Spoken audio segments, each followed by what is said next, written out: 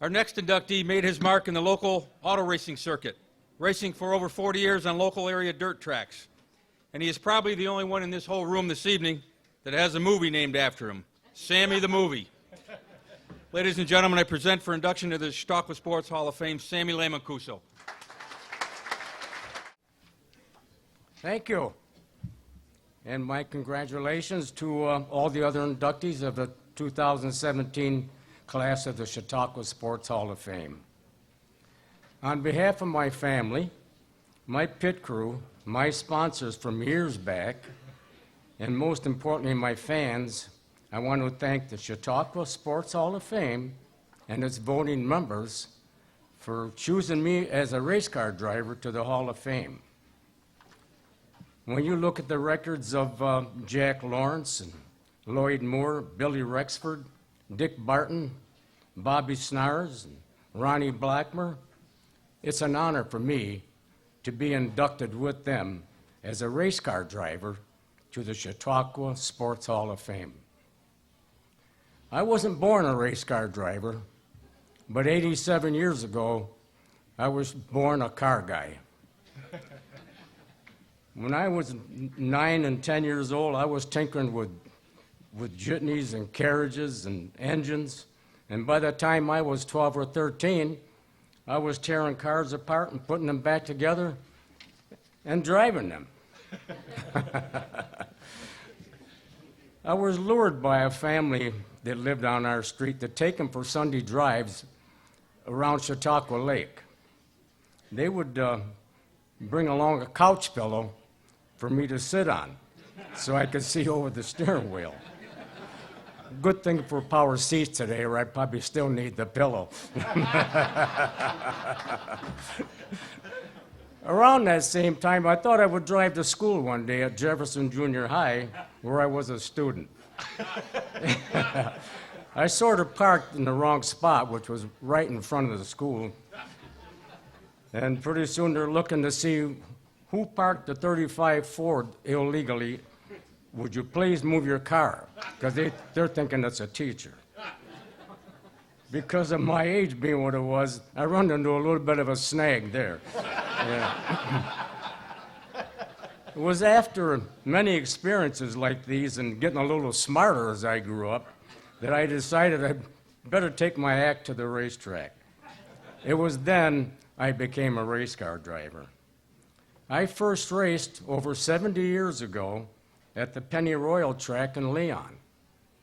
Tony Caprino, the former president here at the club and the longtime mayor of Lakewood, and myself went there to watch Bud Finelli race, who's Floyd's older brother.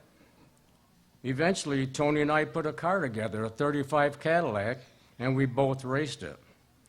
And I was illegal then, too, because you were supposed to be 18 to drive, but the officials there, they didn't care. They said, if he's dumb enough to go out there, let him go. So I went.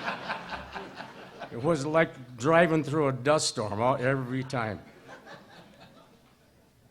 There was some rough and tough crew members in them pits there in them days, I'll tell you. Many of them walking around with crowbars and tire irons and everything else around there.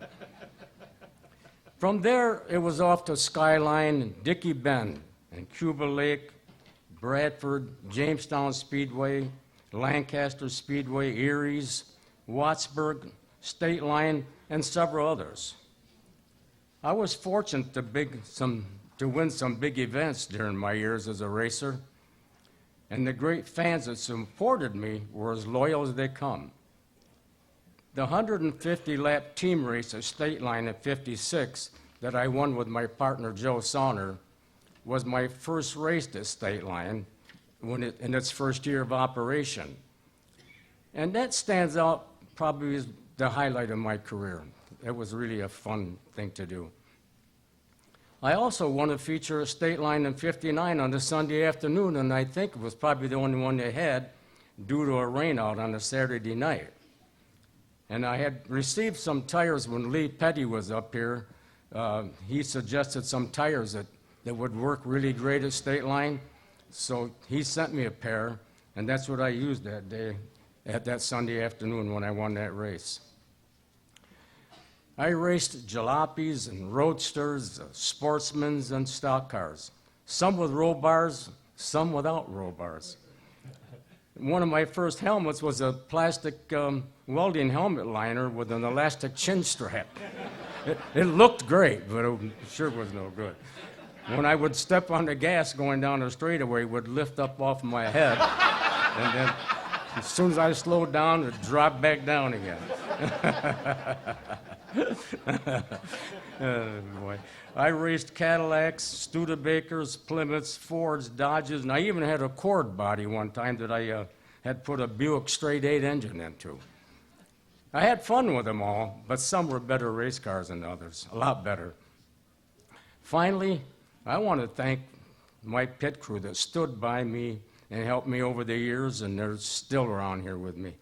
Bucky Cusimano, Johnny Cusimano, Neil Boardman, Pete Nelbone, Chuck Nelbone, and Kenny Johnson, who was a great friend of mine.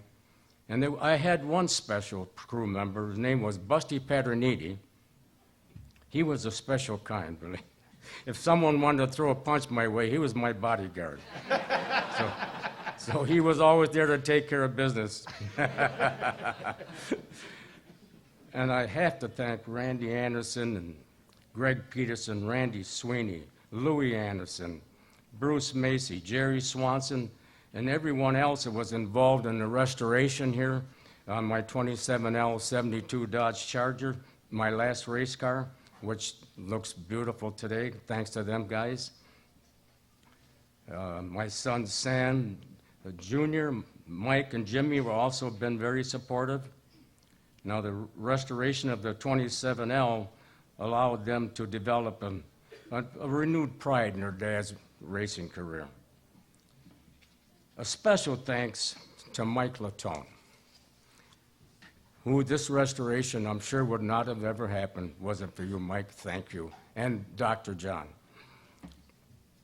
I want to acknowledge the Cusimano brothers, Barney, Doc, Sam, and in particular Pete, who gave me the chance to learn all about cars when I was a young boy, and they have all since passed. Most importantly, I have to thank my wife, Dorothy, with whom this past February the 6th we celebrated 57 years of being married, our anniversary.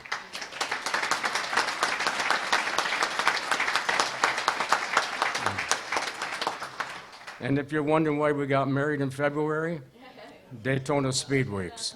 So I went down there and helped. Kenny Johnson was running that year, and he ran at 59 also.